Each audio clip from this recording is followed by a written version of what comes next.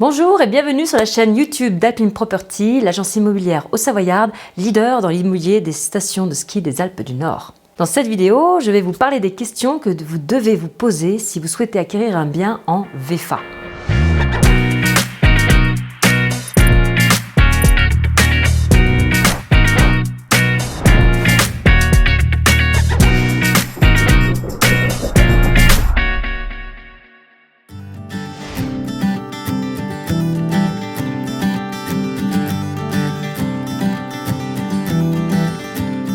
Dans le cadre de votre recherche de la résidence secondaire de vos rêves dans les Alpes françaises, vous avez peut-être décidé qu'un bien neuf était la meilleure option. Acheter dans le neuf, en VFA, coûte généralement plus cher, mais possède de nombreux avantages. Alors vous n'aurez pas à hériter des problèmes d'un bien plus ancien, et le bien sera construit selon les dernières normes thermiques en vigueur, ce qui veut dire des factures de chauffage moins élevées. Vous pourrez aussi choisir vos aménagements et votre décoration. Cerise sur le gâteau, les frais de notaire sont réduits. 2,5% contre 8% pour de l'ancien. Et n'oubliez pas qu'ils sont assortis d'une garantie décennale et d'une garantie financière d'achèvement. Cette garantie financière d'achèvement, ou GFA, implique que si le promoteur fait faillite pendant la construction ou après, le bâtiment sera toujours achevé. Alors les premières questions que l'on se pose quand il s'agit d'un bien en VFA, c'est généralement quand sera-t-il terminé ou livré, ou quand dois-je payer ? Ce sont des questions légitimes auxquelles pourra répondre l'agent ou le promoteur et qui pourront aussi vous présenter un contrat type avec une échelle des paiements. Il faudra penser aussi à vous renseigner sur les charges de copropriété. Alors c'est une question plus difficile à répondre et elle pourrait être esquivée éventuellement par le promoteur qui est censé proposer au moins une estimation. Alors en théorie, ces charges sont moins élevées que pour un appartement ancien. Cependant, s'il y a des ascenseurs, un spa ou une piscine, méfiez-vous, les charges annuelles pourraient être conséquentes. Alors au-delà de cela, il doit y avoir une entente et une totale transparence entre vous et le promoteur dès que possible. Idéalement, tout doit être mis noir sur blanc au stade de la réservation. Vous devez prêter une attention particulière à la notice descriptive qui décrit comment et avec quoi la propriété sera construite, des fondations au toit.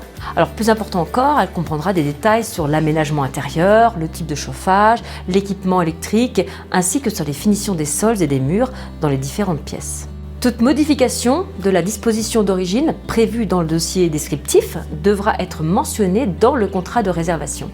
Les modifications sont toujours soumises à l'approbation de l'architecte et ou de l'ingénieur du promoteur et entraînent généralement un coût supplémentaire appelé plus-value.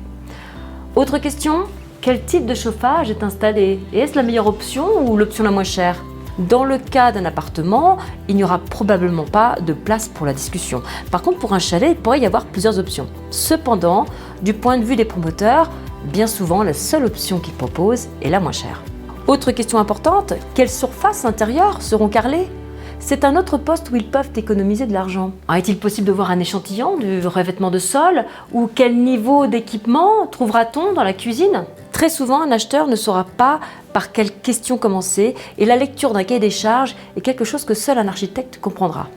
Alors si possible, visitez une résidence ou un bien que le promoteur a déjà terminé.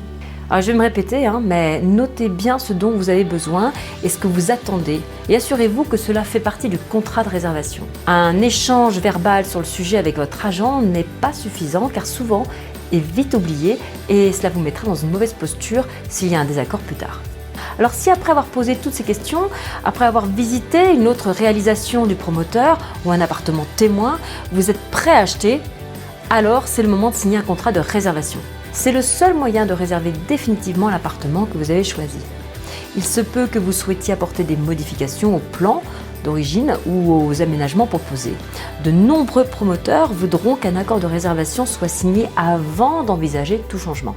Et c'est là qu'une bonne communication entre votre agent et le promoteur est essentielle.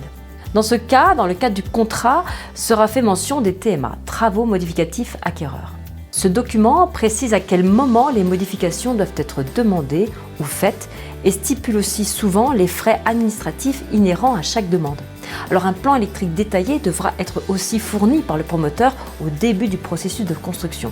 Et c'est le moment de bien vérifier où seront installées les prises, interrupteurs, lumières.